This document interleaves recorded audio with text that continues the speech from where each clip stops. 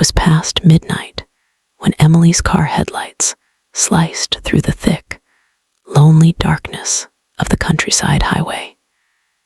She gripped the steering wheel tightly, her knuckles pale, as rain began to splatter against the windshield. Her GPS flickered uncertainly, recalculating for the third time in 10 minutes. She sighed, muttering, "Great, just what I needed." Emily had always been brave about driving at night. She often joked that ghosts and monsters were just stories to keep children from staying out late. But that night, the road was too quiet, unnaturally quiet. She had just left her best friend's housewarming party and decided to take the scenic route home to clear her head. The argument she'd had earlier with her boyfriend still echoed in her mind. Maybe that's why she was so determined to drive through the lonely backroads. She needed time to think, to breathe, to calm the storm inside her. But the silence outside her car was so thick it felt alive. After nearly half an hour, Emily realized she hadn't seen a single car since leaving the town. The road stretched endlessly ahead, bordered by dense woods that seemed to watch her. Then, out of nowhere, a strange thump echoed beneath her car. She slammed the brakes, and the car skidded slightly on the wet road before coming to a stop. Heart racing, Emily stepped out, her shoes splashing into shallow puddles. The cold night air bit at her skin as she crouched beside the car, checking the tires. Nothing. No flat, no debris, just silence. But as she stood up, she noticed something that made her freeze: footprints. Bare footprints. They trailed from the edge of the woods to the middle of the road and then disappeared behind her car. She felt a chill creep up her spine. "Hello," she called out, voice trembling slightly. "Is someone there?" The only response was the soft whisper of the wind through the trees. Emily's pulse quickened. She got back into her car, locked the doors, and tried to laugh it off. Probably some animal, she told herself. Maybe water dripping from the trees. But deep down, she didn't believe that. 10 minutes later, as she drove on, her headlights caught something, a shadow standing by the roadside. It was shaped like a person, but motionless. Emily's breath caught in her throat. She slowed down, heart hammering. The figure didn't move. It just stood there, head slightly tilted, as if watching her. She pressed on the gas, speeding past it, refusing to look back. But as the road curved, her rearview mirror caught movement. That same figure was now in the middle of the road behind her, illuminated by her taillights. It hadn't been possible. She'd been driving fast. There was no way anyone could have gotten there so quickly. Her hands shook as she reached for her phone. No signal.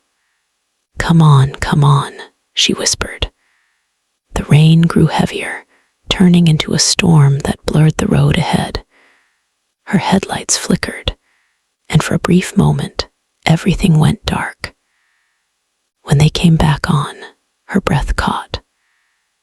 There was a face pressed against her passenger side window, pale, wet, and grinning.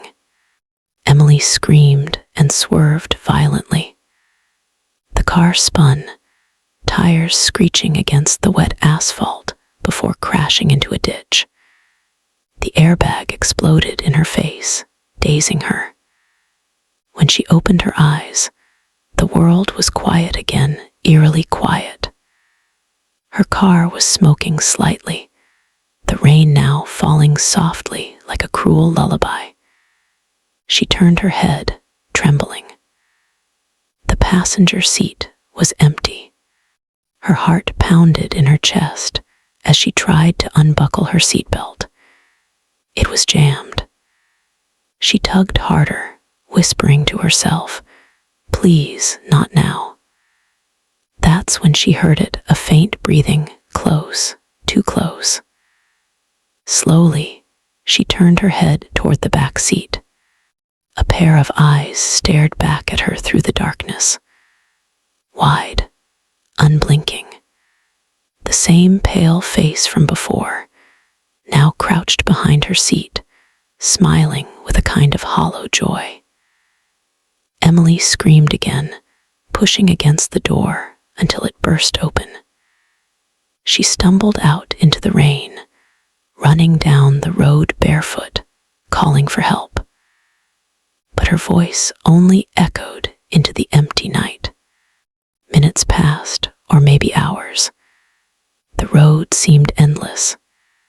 Every time she looked back, she swore she could see that figure following her, sometimes close, sometimes far, always watching.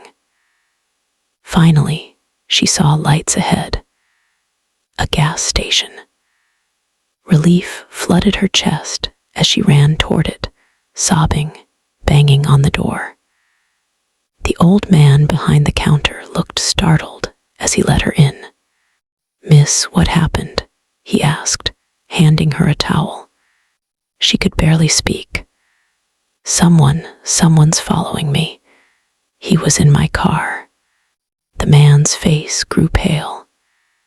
He hesitated, then said softly, "Ma'am, there's no one on that road. That stretch was closed years ago after a terrible accident."